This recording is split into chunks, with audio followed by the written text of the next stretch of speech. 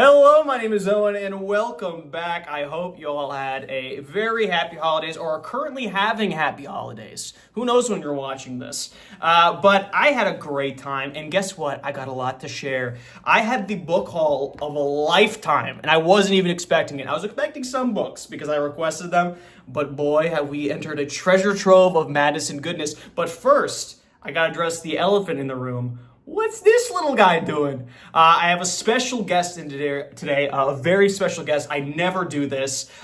He seems like he might be like the smartest man I've ever had on the channel. He's going to tell us a little bit more about this typewriter here. And I got it, a relative. I have relatives who were like antiquers into stuff like that. And they had this sitting in their basement. They gave it to me, but I'm bringing this expert in to tell you a little bit more about it. It's really fascinating. And I never do this, but we're doing an edit. Hopefully he treats you well. I'll see you very soon. Hey, it's me. I'm just over here. So this is the Royal Typewriter, up close and personal. So I did some research. Keep in mind, I know absolutely nothing about typewriters, but what I could find is that this particular design is probably from the 1920s. I had to do some cleaning of it. It was just covered in dust and literal cobwebs, so I didn't do like a super deep clean. You see it's really rusty and it's missing some like critical parts here, so like some of the keys are like very sticky and they don't click clack like they should, but some click clack all the day long. You see it moves there. It has a little bit of like the ding, you know what I mean, the classic typewriter jingle there, but I'm not going to try to restore it. I mean, I could get it like professionally fixed. I would just have to learn so much about typewriters to do anything of value and even clean it properly. So really it's just going to be a mantelpiece. It just looks darn cool. It's very heavy though.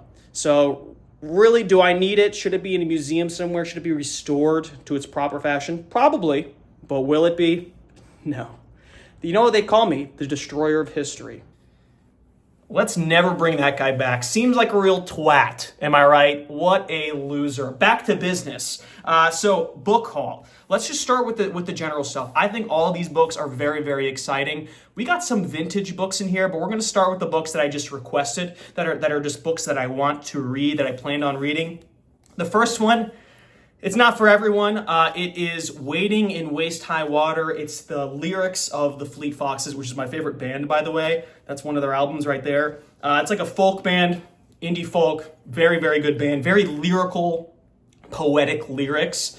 So this book is written by the lead singer and the writer of their songs. He kind of like does a deep dive into every single one of their songs. So as a fan of Fleet Foxes, I'm actually incredibly excited, and I feel like a lot of people can't relate, especially if you don't know the band, but like their lyrics are so good, and it's literally poetry. So I can't wait to see his thought process behind writing music, because musics like this are stories in itself, and I'm really excited to read this book. But I understand it. Not everyone's going to be excited as me.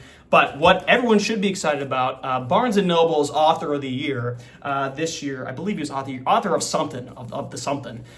David Grann, author of Killers of the Flower Moon. They made a Scorsese movie about it. The Wager. So this was promoted on the Barnes & Noble site. I was looking for something that they were pushing at the end of the year awards and stuff like that. This was one of them. This one caught my eye. I really know nothing about it other than it was promoted. I believe it's a nonfiction. It's a gripping true life, the most gripping true life sea yarn I've ever read in years, says the Wall Street Journal. Sea yarn, interesting. But it has a boat on it, and that was enough for me. Author of the Year, Killers of the Flower Moon, is supposed to be an incredible book. So I'm very excited to read that. And it's a nice hardcover. #1 New York Times bestseller. That's a rare award. You don't see that very often. Anyway, let's get to the real stuff. Those are the two books that I knew I was getting. I asked for them specifically.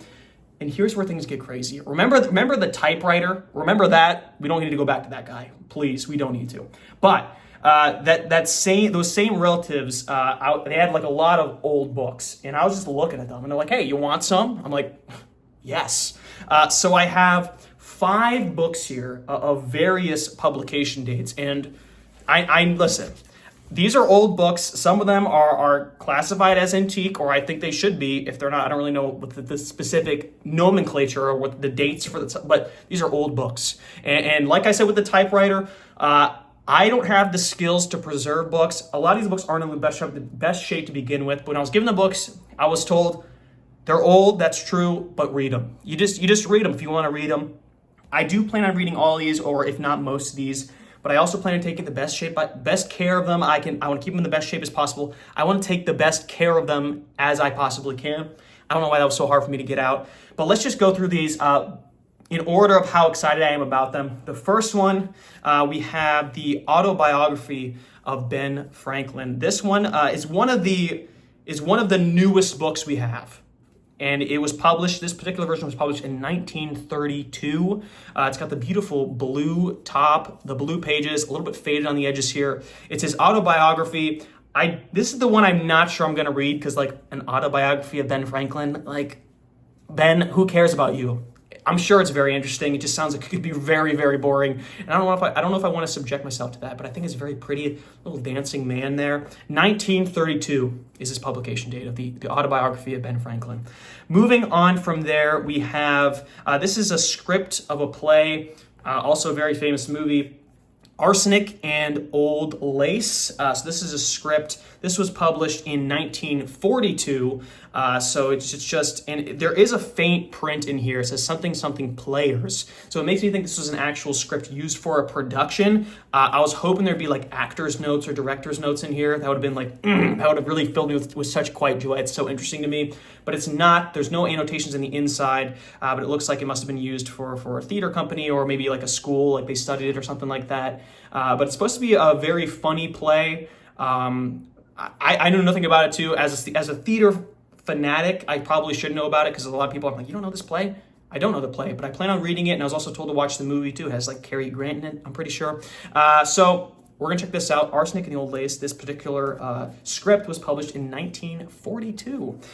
Moving on from there, we also have a short stories collection. This has short stories from Edgar Allan Poe, Rudyard Kipling, and Nathaniel Hawthorne. This collection was published in 1916. It has like let's just read some of the ones we got in here. It has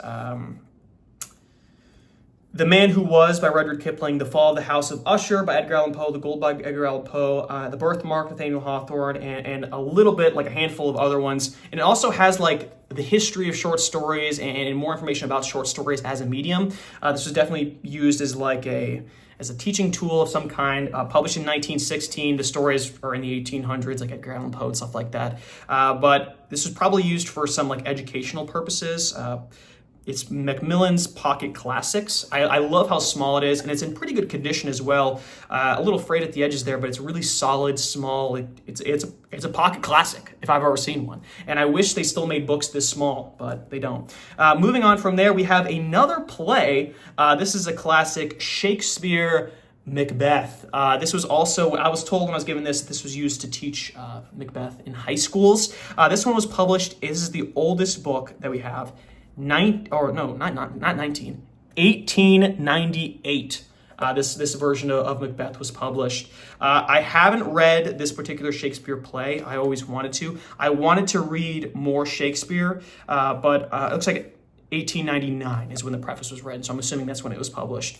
But I'm very excited to read this. I always did want to read it, and I feel like just reading an old version of it might make it more confusing to me, but it's very cool to have. It's in decent shape as well. And I love a good Shakespeare.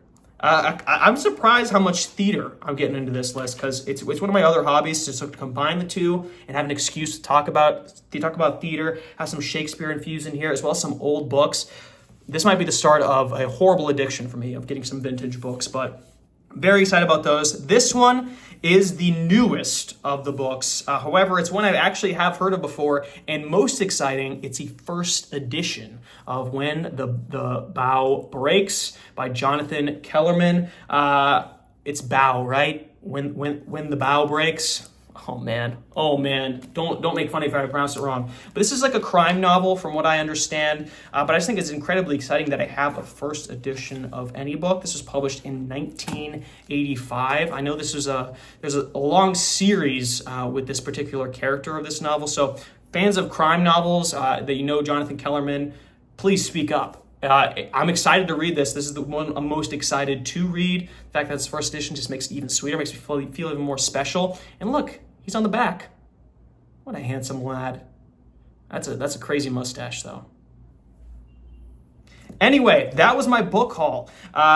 In total, that's 7 books, as well as the majestic typewriter there. So we got a lot of reading. I'm not going to try to push my way through those. I'm not going to change my order of what I was going to read, but I just thought I had to share and think of how nice these old books will look on my shelf next to my classic typewriter. Be sure to like and subscribe if you like the video, you want to see more like it in the future. And comment below how we should kill the guy that was here earlier. The typewriter guy, God, I hated him. Sounds like a complete dunce, and we want him dead. That's all I got for you, and I hope you all have a happy new year, and thanks for sticking around.